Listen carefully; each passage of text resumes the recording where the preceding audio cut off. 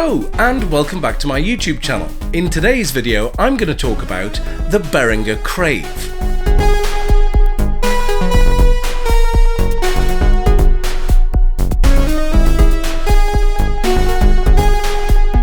Now, firstly, there's no unboxing at the head of this video because this Crave is not mine. I have borrowed it from my good friend Chris Potts over at The Solar Tree. Links to his channel can be found in all of the usual places. Secondly, last year I made a video about my first synthesizer, the Microkorg. In that video I extolled its virtues and made its case as the best beginner synthesizer. Well, I am going to backtrack on that a little and say that if, for whatever reason, you do not care about polyphony, the Behringer Crave is probably the best beginner synthesizer. And that's mainly due to price. Synthesis is not an inexpensive pursuit, and even something like a Microkorg could take a long time to save up for if you are a young person or someone in full-time education, whereas the Crave retails for as low as £130. Well, let's see what you're getting for your money.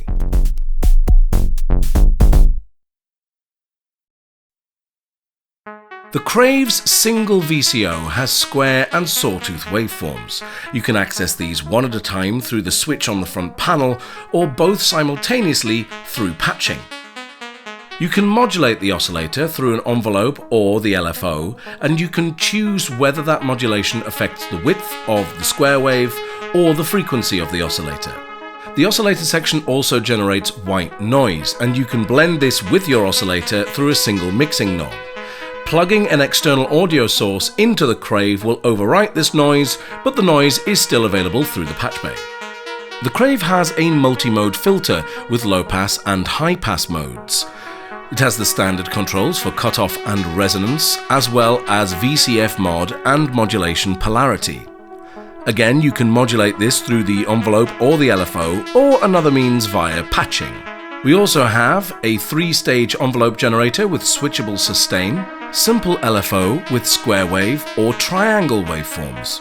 And in the final section of the synth voice we have a glide knob to control the amount of portamento and a VC mix. Below the synth voice we have a push-button keyboard, octave selection and Behringer's sequencer/arpeggiator. MIDI in and MIDI out or through can be found at the top of the panel next to the patch bay. The patch bay has this handy little key where things listed in orange are the inputs and things listed in black are the outputs. And finally, on the back of the unit we have an input for 12 volts DC, the power switch, the USB which will do MIDI, and dip switches to select the MIDI channel. So the Crave is simple, limited, but not limiting. There's some really nicely implemented things here that really open up the possibilities for cool sound design, like the rate to which the LFO will go to.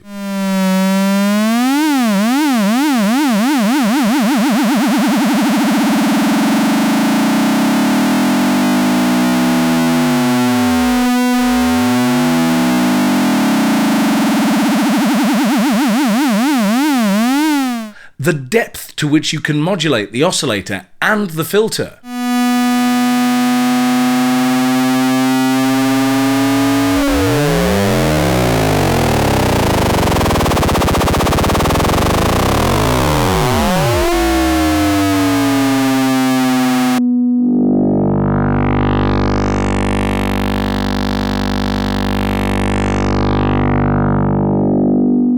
And then of course there's the patch bay, which not only allows you to get more out of the Crave, but allows it to play well with others.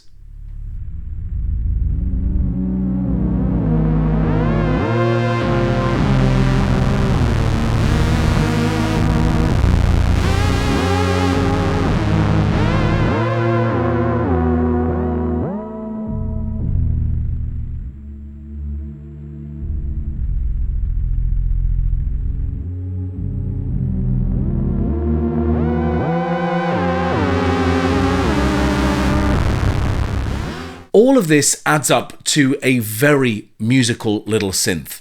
In fact, all of the music that you've heard in this video was made using only the Crave.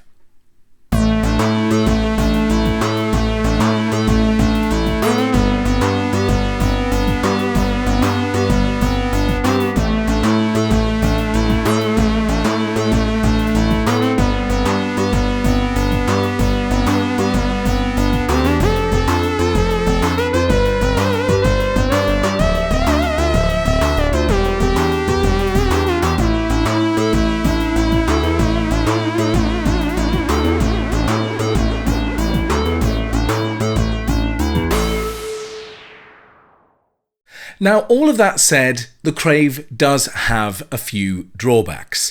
There's no 1/4-inch output socket. There's no range switch on the oscillator. The push-button keyboard is clunky and not very pleasant to play with. The sequencer isn't particularly intuitive and actually has some software issues, especially when connected via MIDI. It just runs down into the low end where you can't hear it. Right, it's finished. I'll go and play that back. It goes up into the high end and stays there, and I can't get it to do anything. I don't know what's going on. But if you're like me and you're simply using it as a synth voice controlled from your DAW or an external sequencer, the Crave really is fantastic value for money.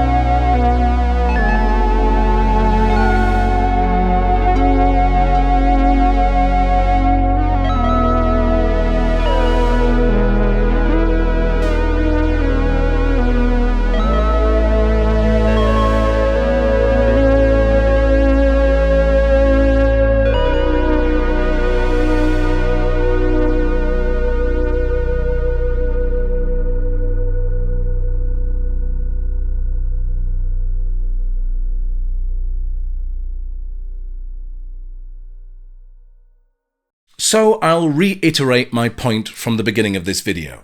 If, for some reason, you do not care about polyphony, buy yourself a Behringer Crave. It'll introduce you to the world of analog synthesis and is a bit of a gateway drug into modular synthesis. It sounds good, it looks good, and at £130, there's nothing else for that value on the market. So there we are. That's the Behringer Crave. I hope this video has been informative as well as entertaining, and I'm going to leave you with more sounds from the Crave. So all that's left for me to say is thank you for watching.